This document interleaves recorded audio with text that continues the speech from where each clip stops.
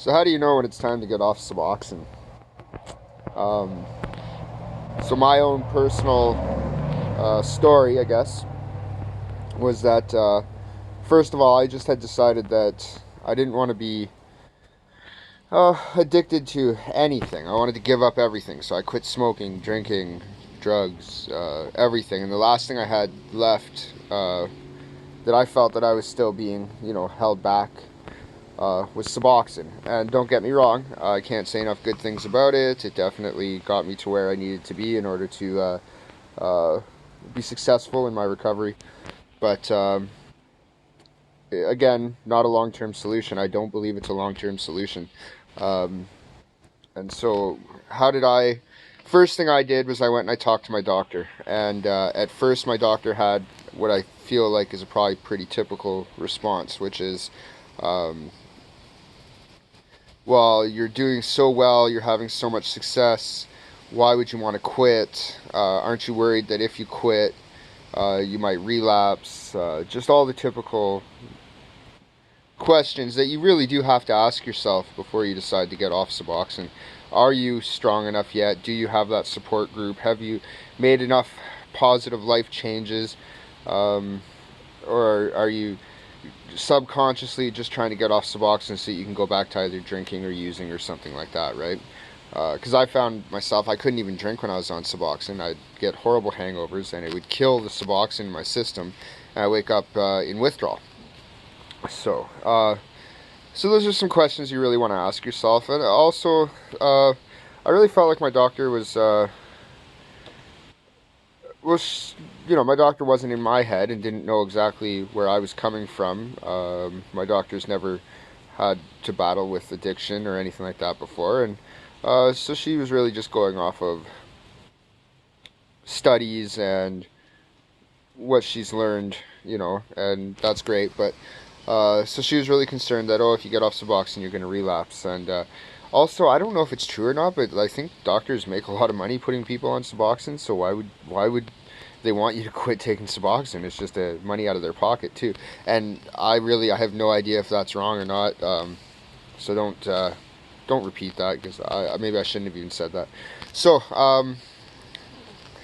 I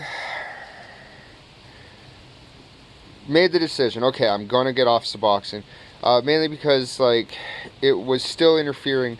I couldn't go away for a weekend, and let's say I forgot my Suboxone. Well, my weekend's shot. I spent the entire time away, laying in a bed, shaking and getting sick, and it was just. It didn't matter. My life revolved around my pills.